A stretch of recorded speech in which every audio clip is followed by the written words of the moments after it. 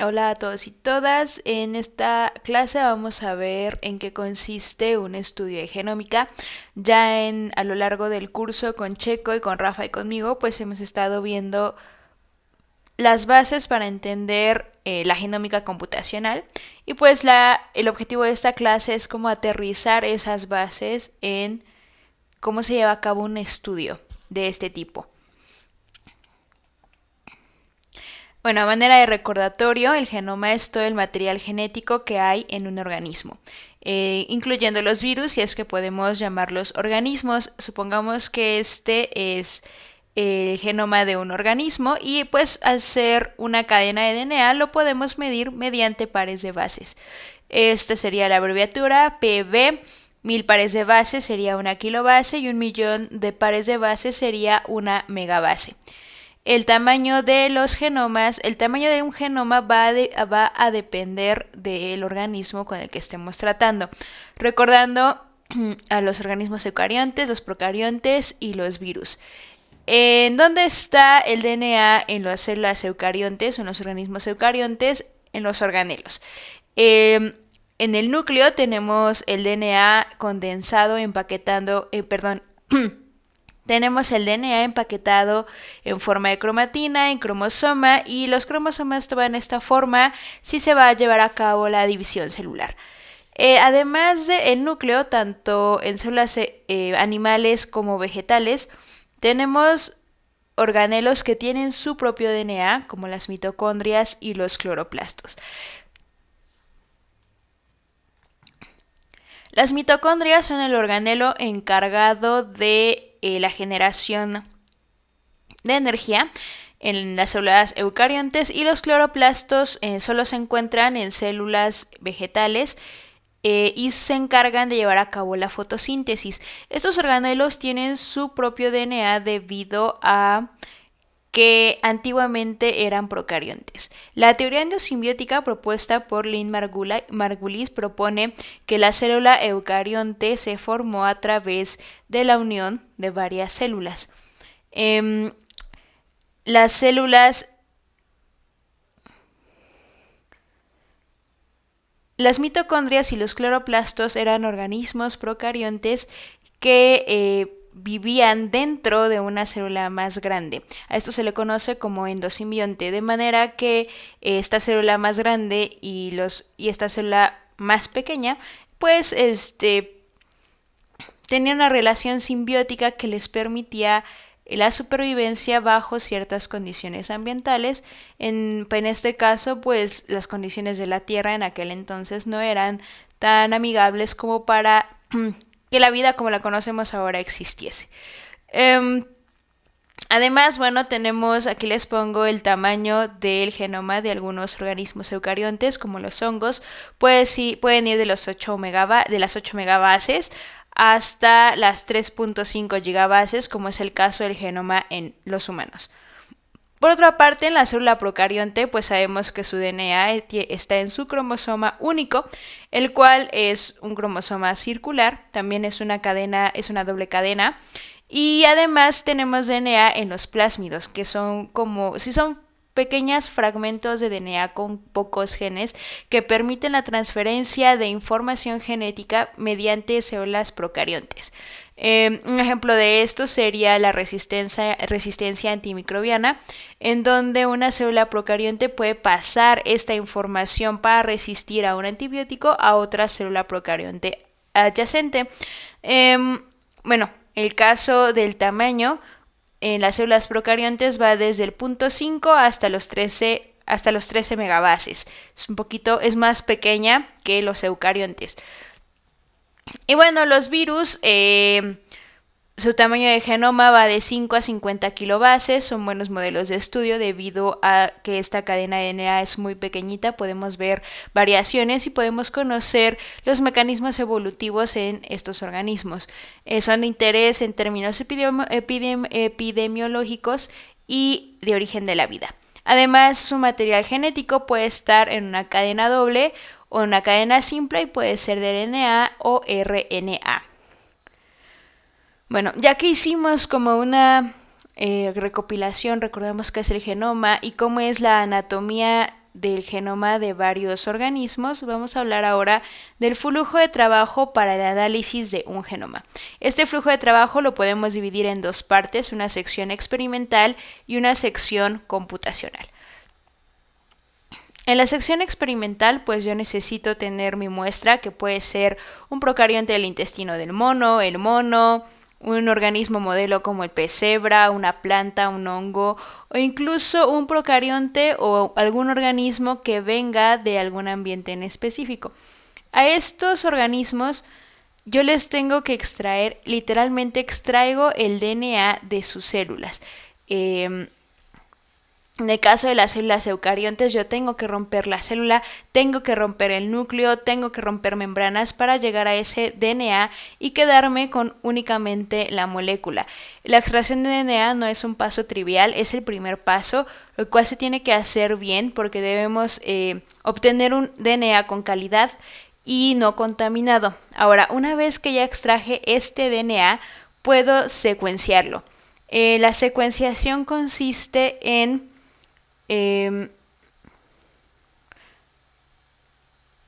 la secuenciación consiste en tener la cadena de nucleótidos de este DNA.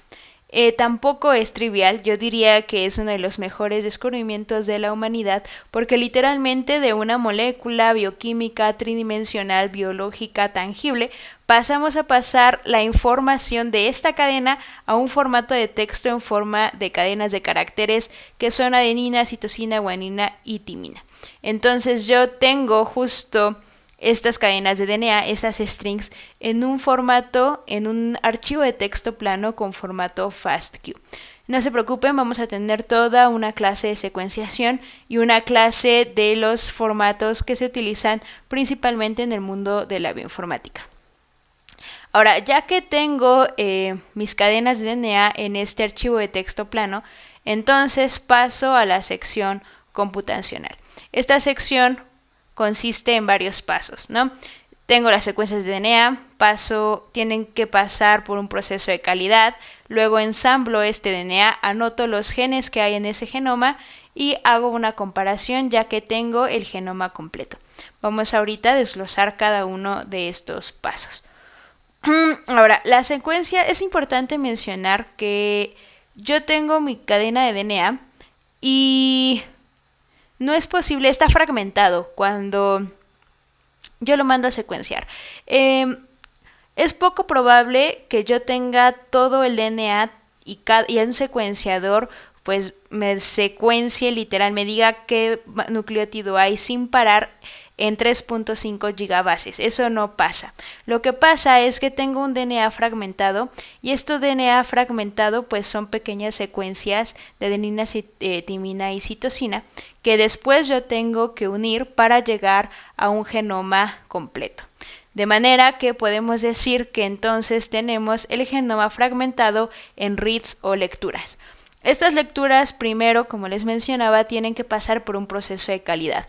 No todas las lecturas tienen la calidad adecuada, puede que tengan muchos errores en cuanto a los nucleótidos porque el secuenciador se puede equivocar. Además, tengo que remover adaptadores que se utilizan durante la secuenciación, etc. Parte de los estadísticos de la calidad es conocer el contenido de guanina y citosina que hay en mi genoma. Esto me da información de la maquinaria de replicación del organismo e incluso me puede decir a qué grupo, a qué jerarquía taxonómica pertenece el genoma de este organismo. Más bien, el organismo de este genoma. En especial, por ejemplo, en procariontes hay estudios que justo reconocen la importancia de conocer el contenido de guanina y citosina en el genoma de una bacteria o de una arquea. Después de la calidad ya puedo pasar a un proceso de ensamble. Es literalmente que yo tengo pequeñas lecturas o pequeñas secuencias de DNA y las tengo que unir para llegar a un genoma armado, un genoma completo. Para esto tengo dos opciones. Puedo utilizar un genoma de referencia en donde voy comparando cada una de mis lecturas con un genoma ya armado, ya ensamblado, ya probado, ya estudiado, ¿no?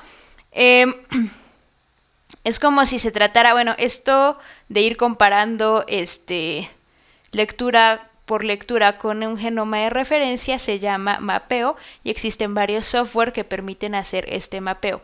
Ahora, el ensamblado es como armar un rompecabezas, en donde justo el genoma objetivo, mi genoma completo, es el rompecabezas armado y cada lectura va a ser una piececita de ese rompecabezas, ¿no? Si yo tengo un genoma de referencia, es como si yo tuviera la caja del rompecabezas donde viene la imagen a la que yo tengo que llegar, ¿no? De eso se trata. Ahora, cuando yo ensamblo un genoma utilizando un genoma de referencia, prácticamente lo que hago es estoy alineando cada lectura con ese genoma de referencia. Yo sé que con Checo han estado viendo en qué consiste un alineamiento y bueno, este es un primer proceso en donde se aplica el conocimiento que se tiene sobre el alineamiento. Una cosa más en cuanto a esto, sé que se utiliza una estructura de datos para strings que se llaman índices de FM. La verdad yo no sé exactamente en qué consiste, pero también son utilizadas durante el proceso de ensamble con genoma de referencia. Ahora, puede que yo no tenga un genoma de referencia, entonces hago un ensamble de novo, es decir, desde cero. Y bueno, es como si justo armara este rompecabezas, pero yo no tengo la caja, yo no tengo la imagen a la cual tengo que llegar para poder pues tener mi rompecabezas armado.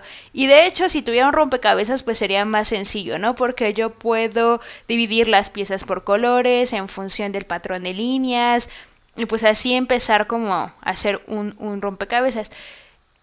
Cuando ensamblamos un genoma, pues no es tan sencillo. ¿Por qué? Porque en realidad se ve así. Si yo tengo un montón de periódicos y cada uno de estos los rompo en millones y millones de cachitos, que literalmente las lecturas o estas secuencias son millones y millones en un archivo de texto plano. Y así sin más, yo tengo que llegar a la portada de ese periódico, ¿no? Entonces, no es trivial, tampoco es tan sencillo y vamos a ver algunas de las estrategias que se han utilizado para ensamblar genomas sin un genoma de referencia.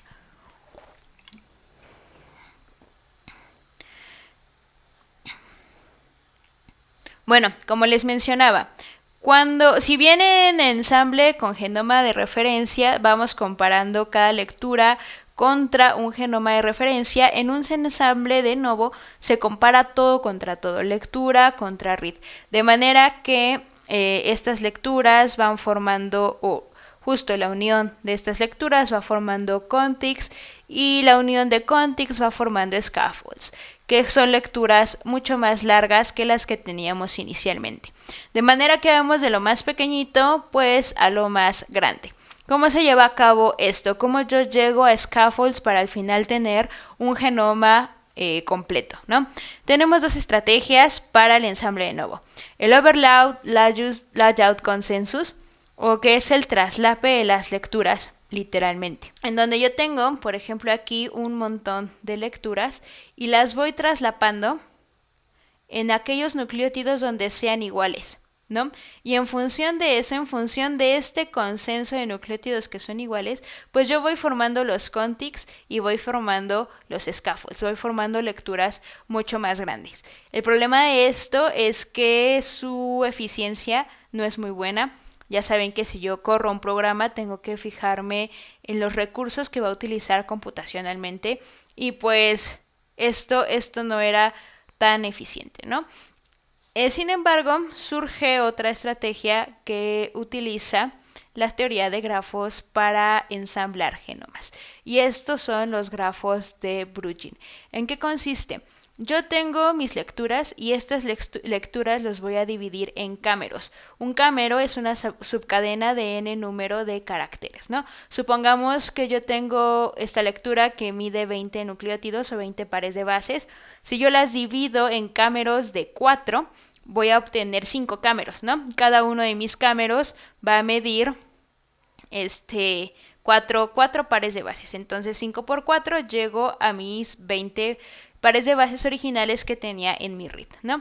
¿Qué pasa con...? Bueno, ya, tengo dividido mis reads en cámeros. ¿Y luego qué? Justo como les menciono, utiliza Pues la teoría de grafos. Primero, en la teoría de grafos tenemos vértices o aristas y tenemos los enlaces. Yo uso la teoría de grafos para ver cómo una arista se relaciona con otra, ¿no? Y con otra, o con tres más, como sea. Puedo hacer teoría de grafos para expresión génica, para hacer análisis ecológicos de concurrencia entre procariontes, para conocer cuánta gente conoces en Twitter, para ensamblar genomas, etcétera, ¿no? Entonces, ¿qué hacen los grafos de Bruegel? Primero reducen el tiempo para encontrar la mejor secuencia. Y esto se hace a través de buscando la ruta más óptima. Una ruta es justo una secuencia finita de aristas que une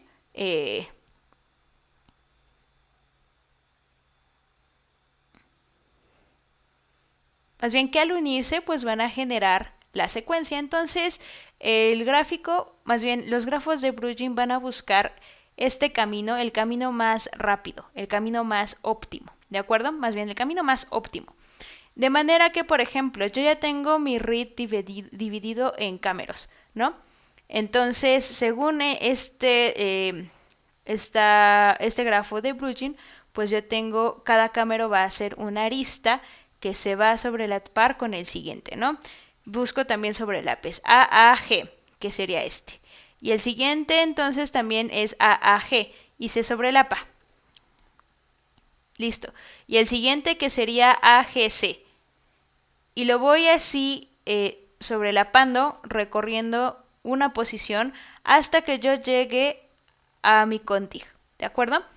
Esto es lo que hace de manera general el grafo de Bruegel. Existen dos tipos de métodos, que es el euleriano y el hamiltoniano, que, bueno, se clasifican en función de lo que expresan los nodos y los enlaces. Eso ya, si quieren específicamente ver qué implica cada método, pues lo vemos más adelante. Incluso podemos decirle a Rafa que nos explique un poco más sobre esto. Y bueno, ya después de que yo ya ensamblé mi genoma, ya lo tengo, tengo todos los ritos, estas pequeñas secuencias unidas, entonces voy a anotar genes. De ese genoma yo voy a anotar los genes. ¿Qué significa anotar? Literalmente, esto es un genoma.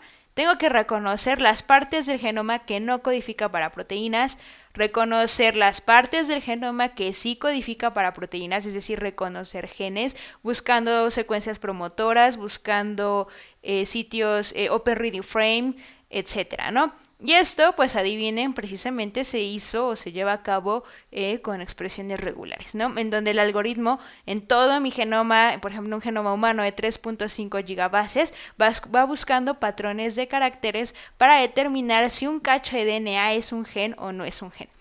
Y después de que anoto, de que identifico qué partes son codificantes y qué partes no son codificantes, tengo que traducir las partes codificantes para ver qué proteína obtengo de ese gen, ¿no? Si yo obtengo ya la proteína, puedo hablar entonces de la función de ese gen y de lo que ese organismo podría estar llevando a cabo en el ecosistema o en el ambiente. Yo sé de procariontes, es mi área de especialidad. Yo sé, por ejemplo, que si encuentro un género específico de una arquea en un lugar, puede estar llevando a cabo un proceso geoquímico específico, como la metanogénesis, como la metanotrofía, ¿no? Por ejemplo. Es importante por eso justo hacer la anotación de genes.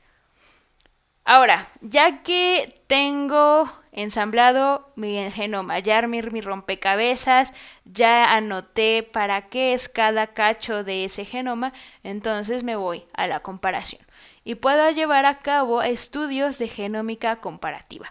La genómica comparativa estudia las semejanzas y diferencias entre genomas de diferentes organismos, ¿no? Y esta comparación nos va a llevar a la filogenia, a saber las relaciones de parentesco que tiene un organismo con otro. Y no solo las relaciones de parentesco, qué tan parecidos son, sino su historia evolutiva. Por ejemplo, en este árbol filogenético, nosotros tenemos un ancestro en común, que sería este. Y este ancestro en común da lugar a esta especie y da lugar a esta otra que se encuentra aquí. Y esta otra va a dar lugar a esta especie y va a dar lugar a esta otra. Y así. Entonces yo lo que hago con la filogenia es justo ver esa distancia. Al final, como mencionábamos, la filogenia son distancias. ¿Qué tan parecido o no eres a algo? ¿De acuerdo? A eso nos lleva la genómica comparativa. ¿Qué otra cosa podemos hacer ya con los genomas? El llamado de variantes. Y esto a los que hacen genómica evolutiva les encanta. Porque nos va a llevar, nos puede llevar al descubrimiento de nuevas especies. El llamado de variantes consiste en identificar polimorfismos en un solo nucleótido. También los conocemos como SNPs. Es decir,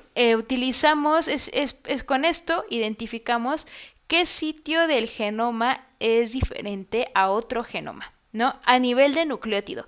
Por ejemplo, aquí tenemos cada una de estas líneas es una secuencia y aquí tenemos esta sección, ¿no? En donde las rayitas implican que son diferentes en esas partes de los nucleótidos, de esas partes del DNA. Además, pues también nos ayuda a identificar inserciones y deleciones. En pocas palabras, mutaciones. Y las mutaciones como una fuerza evolutiva que da lugar a la variación genética, ¿no? A la variación que nos distingue como organismos, como individuos y como individuos de una sola especie. ¿Qué más? También nos lleva al estudio de los pangenomas. Cuando hago un estudio de pangenoma, yo agarro el genoma de diferentes organismos de la misma especie. Y eso nos puede llevar a la evolución o a la ecología de poblaciones, ¿no? Una población es un conjunto de organismos de la misma especie. ¿Y qué hago? Comparo estos genomas de individuos, de organismos de la misma especie. Y a partir de esto puedo identificar varias cosas. Algo que se conoce como el genoma core, que es un genoma imprescindible para la especie, que los identifica como especie, que los hace llevar a cabo una función única y exclusiva de esa especie, una característica única y exclusiva de esa especie. Y a un genoma único, a un genoma un genoma único para cada organismo, ¿no? Este genoma único puede diferir entre esos organismos de la misma especie. ¿Por qué? Porque puede haber justo organismos que se desarrollen en un ambiente distinto que les ha permitido, adquirir un nuevo gen a través de un plásmido, otra vez hablando de procariontes, y por eso el organismo que es de su misma especie no lo tiene, porque se desarrolla en otro ambiente y tiene otro gen, no sé, ¿no? Entonces esto igual, el estudio de genomas, pues al final nos va a llevar a un solo lugar, ¿no? Que es la evolución, que es cómo es que los organismos o cómo es que la vida ha cambiado a lo largo del tiempo. Y bueno, justo hay una frase que me gusta mucho de Dobzhansky, que fue uno de los autores de la teoría sintética de la evolución. Es que justo nada tiene sentido en la biología si no es a la luz de la evolución. Y les menciono esto porque no debemos olvidar el contexto biológico de las muestras que tenemos, de las cadenas de DNA con las que estábamos trabajando, ¿no? Una diferencia en una cadena de DNA tiene implicaciones biológicas y tiene implicaciones evolutivas. Va más allá de que sea una cadena de caracteres, ¿no? Si la vemos como una cadena de caracteres es porque nos facilita la vida para su estudio, pero justo no debemos olvidar a dónde nos lleva a conocer estas diferencias o estas similitudes, ¿no? A conocer más sobre la vida en la Tierra, en este caso. Y bueno, en tangible, por ejemplo. Sin los estudios de genómica, nosotros nunca hubiéramos podido llegar a una vacuna para SARS-CoV-2, ¿no? Que fue el virus responsable de la pandemia de estos años. Es muy interesante la historia de SARS-CoV-2, en donde justo alguien llega y pues puede secuenciar todo el genoma completo del SARS-CoV-2. Lo puede ensamblar y se lo manda a la comunidad científica y entonces la comunidad científica puede identificar para qué sirve cada proteína y entonces, ¡pum!, podemos conocer a la proteína Spike, la proteína que se encarga de la infección, ¿no? Y entonces con este genoma podemos identificar las variaciones que hay en la cadena de DNA y en la estructura de la proteína para modificar su infección. Y entonces tenemos variantes de COVID, tenemos la variante Delta, la Omicron, la que ustedes quieran, ¿no? Sin los estudios de genómica nosotros no hubiéramos podido llegar a una vacuna, a un tratamiento contra un virus. ¿Qué más? Ya para terminar esta clase, ¿qué otros estudios puede hacer con DNA? Puede hacer estudios de metagenoma y puede hacer estudios de metabarcoding. Estos estudios utilizan algo que conocemos como Environmental DNA o DNA ambiental, que literalmente yo agarro una muestra del ambiente y a esa muestra le saco el DNA que haya. ¿A qué me refiero con una muestra del ambiente? A suelo, a sedimento, agua del mar, tapete microbiano, una roca, lo que haya literalmente en el aire incluso, ¿no? ¿Qué se diferencia el metagenoma y el metabarcoding? El metagenoma es el estudio de todos los genomas que haya en una muestra ambiental. Y si el genoma es el conjunto de material genético de genes que hay en un organismo, el metagenoma entonces es el conjunto de todos los genes de todos los organismos que hay en una muestra ambiental, ¿no? Por ejemplo, si yo agarro este cacho de sedimento y hago un estudio de metagenoma, voy a estudiar todos los genes de todos los organismos que yo encontré. Y es interesante. Por supuesto implica mucho más recursos de cómputo y es interesante porque yo de un metagenoma puedo extraer genomas, ¿no? Puedo extraer genomas y puedo hacer todos los análisis que ya les mencioné. ¿En qué se diferencia con metabarcoding? El metabarcoding usa un gen como marcador. No va a usar todos los genes de todos los organismos. Va a usar un gen en específico de todos los organismos para una muestra ambiental. ¿Qué gen en específico puedo utilizar? El 16S, que es un gen que codifica para la región del rRNA ribosomal en procariontes, el 18S para eucariontes e ITS para los hongos, ¿no? Yo puedo conocer qué procariontes hay en una muestra ambiental, quiénes son y cuál es su posible función a través de genes marcadores y ya está. Esto requiere mucho menos esfuerzo de cómputo y son estudios muy útiles si yo voy a hacer un análisis exploratorio para saber quién está ahí, qué posiblemente esté haciendo, etc. ¿Y sirven? ¿Para qué sirven? Esto sirve para estudios de regulación, de utilizar organismos como marcadores. Ahorita les voy a dar un poquito más de ejemplos. Un ejemplo de estudio de metagenoma. Yo necesito saber en qué ambiente, con qué organismos está conviviendo una ballena en el Océano Pacífico, por ejemplo, ¿no? Oye, pero es súper difícil ir a muestrear ballenas, literalmente, avistarlas, agarrarles un cacho de su carnita para después secuenciarlo, etcétera, etcétera, etcétera. Oye, pero qué buena suerte, porque las ballenas, pues literal hacen todo en el océano, comen, hacen del baño, tienen sexo, etcétera. Y entonces esas células residuales, que pueden quedar células residuales en el mar, en el océano. Pero también quiero saber con qué otros organismos se está relacionando esta ballena, ¿no? Por ejemplo. Por supuesto tenemos muchos factores, ¿no? El factor de tiempo, el factor ambiente, el factor si hacía frío, etc. Pero así, a grosso modo, yo puedo agarrar litros y litros del océano, extraer el DNA, porque todos pasaron por ahí, y saber con qué organismo está conviviendo, si hay virus, si hay procariontes, etcétera, etcétera, etcétera, ¿no? Con un análisis de metagenomia, y son bastante comunes justo para, no se llama rastrear, para la preservación de los mamíferos marinos.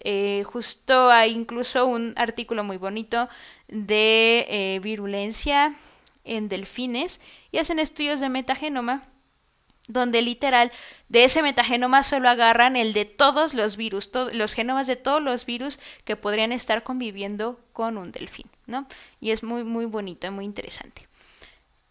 De metabarcoding, ejemplos. Bueno, pues así como hay un estudio del genoma, del proyecto del genoma humano, hay un proyecto del microbioma humano. Nosotros como seres humanos convivimos con bacterias, tenemos como 6 kilos de bacterias aproximadamente en nuestro cuerpo. Entonces, prácticamente les debemos la vida a estos organismos, ¿no? ¿Y para qué me sirven? Pues yo puedo monitorear si un humano está enfermo o no, en función de la ausencia, presencia y la proporción que hay de ciertos organismos, solo con metabarcoding. A mí no me interesa el genoma, no me interesa conocer todos los genes de todos los organismos, solo me interesa este monitoreo simple. Implica menos esfuerzo, menos dinero, menos tiempo, menos recursos de cómputo, porque mi objetivo es este monitoreo. Con este monitoreo puedo hacer yo análisis de disbiosis. ¿Qué es la disbiosis? Que yo no esté en equilibrio con mi microbioma y eso me provoque enfermedades. No solo sirve para los humanos, de hecho hay proyectos muy interesantes sobre microbioma para preservar organismos en peligro de extinción y saber justamente si la disbiosis y este cambio en su microbioma está provocando, es un factor importante para que estén en peligro de morir, ¿no? Y además de del humano, tenemos uno también muy lindo, que es el proyecto del microbioma de la Tierra, ¿no? Y este proyecto justo trata de ir registrando cuál es el microbioma de del ambiente, ¿no? Del suelo agrícola, de volcanes, de ventilas hidrotermales, del aire, del agua, del océano Atlántico, etcétera, ¿no? Trata de describir justo el microbioma de la Tierra. ¿Por qué? Porque si bien, así como nosotros dependemos literalmente de estos microorganismos, también la Tierra y también el resto de la vida de la Tierra depende de las bacterias, ¿no? Justo los procariontes se encargan de regular los ciclos biogeoquímicos. Términos más sencillos, regulan el ciclo del carbono, el ciclo de metano, el ciclo de nitrógeno, el ciclo del azufre, esos nutrientes que nos permiten o que permiten la vida sobre el planeta, ¿no?